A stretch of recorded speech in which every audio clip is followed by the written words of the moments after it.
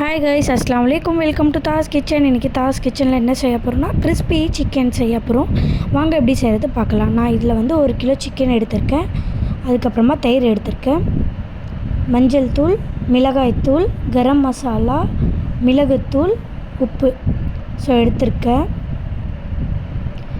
இந்த சிக்கனை வந்து நீங்கள் வந்து எப்படி உங்களுக்கு ஷேப் வேணும் அப்படின்னு சொல்லி நீங்கள் சொன்னீங்கன்னா அவங்களே லாலிபாப் மாதிரி கட் பண்ணி கொடுத்துருவாங்க. இப்போ வந்து நம்ம மிக்ஸ் பண்ணிக்கலாம். ஃபஸ்ட்டு வந்து இந்த கேர்டு வந்து நான் வீட்டிலையே உரம் போட்டு செஞ்ச கேர்டு தான். இந்த கேர்டு வந்து இப்போ மசாலாலாம் போட்டு நல்லா ஃபஸ்ட்டு மிக்ஸ் பண்ணிக்கலாம். நம்ம கை போட்டு நல்லா மிக்ஸ் பண்ணால் அது நல்லா ஒரு க்ரீம் கன்சிஸ்டன்சிக்கு வந்துடும்.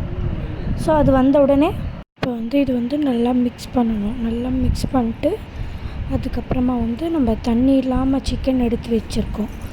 அது வந்து நம்ம நல்லா மிக்ஸ் பண்ணிட்டு இதுக்குள்ளே அந்த சிக்கன் கூட போட்டு நல்லா மிக்ஸ் பண்ணணும். இந்த மாதிரி வந்துடணுங்க. எல்லா மசாலாவும் சேர்ந்துடணும். நான் தண்ணி இல்லாமல் சிக்கன் எடுத்து வச்சுருக்கேன். இப்போ வந்து அது கூட நல்லா போட்டு மிக்ஸ் பண்ணணும்.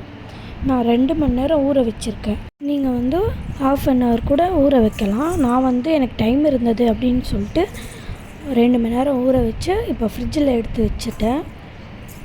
இப்போ வந்து பவுடர், அதுக்கான ஒரு மசாலா பவுடர் செய்வோம்ல, அதுதான் இப்போ வந்து நம்ம வீட்டிலையே செய்யலாம்.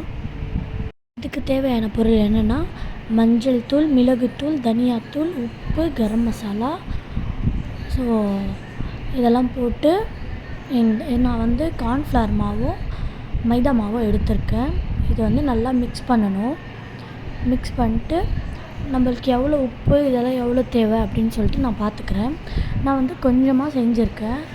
ஏன்னா அது மிச்சமாயிடுச்சுன்னா ரீயூஸ் பண்ண முடியாது. சிக்கன்லாம் அந்த தண்ணியெல்லாம் அதிலே விழுந்துடும், ரீயூஸ் பண்ண முடியாது. அதனால் கொஞ்சம் கொஞ்சமாக செஞ்சு கூட நம்ம வேஸ்ட் பண்ணாமல் யூஸ் பண்ணிக்கலாம்.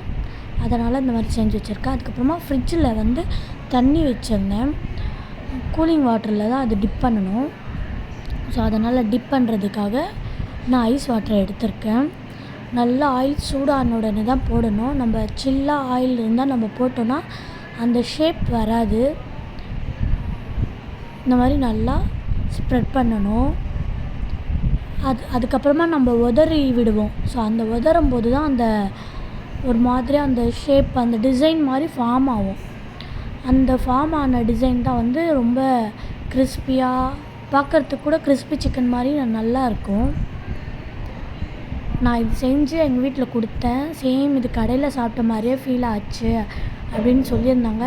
நீங்கள் இந்த மாதிரி செஞ்சு பார்த்துட்டு எப்படி இருக்குது அப்படின்ட்டு கமெண்ட் பண்ணுங்கள். என்னோடய வீடியோலாம் உங்களுக்கு அப்போதைக்கு அப்போவே வரணும் அப்படின்னாக்கா என்னோடய சேனலை வந்து நீங்கள் சப்ஸ்கிரைப் செஞ்சு வச்சுக்கோங்க. இந்த மாதிரி நான் ஒன்று ஒன்றா போட்டு லோ ஃப்ளேமில் வச்சு நான் வந்து குக் பண்ணேன். லெக்கு வந்து எப்போவுமே கொஞ்சம் பாயில் ஆகாது. அதனால் வந்து நான் லோ ஃப்ளேமில் வச்சு தான் பாயில் பண்ணேன். இப்போது என்னோடய சிக்கன் வந்து ரெடி ஆகிடுச்சு. தாஸ் கிச்சனுக்கு லைக் பண்ணுங்கள், கமெண்ட் பண்ணுங்கள், ஷேர் பண்ணுங்கள், சப்ஸ்கிரைப் பண்ணுங்கள். அஸ்ஸலாமு அலைக்கும்.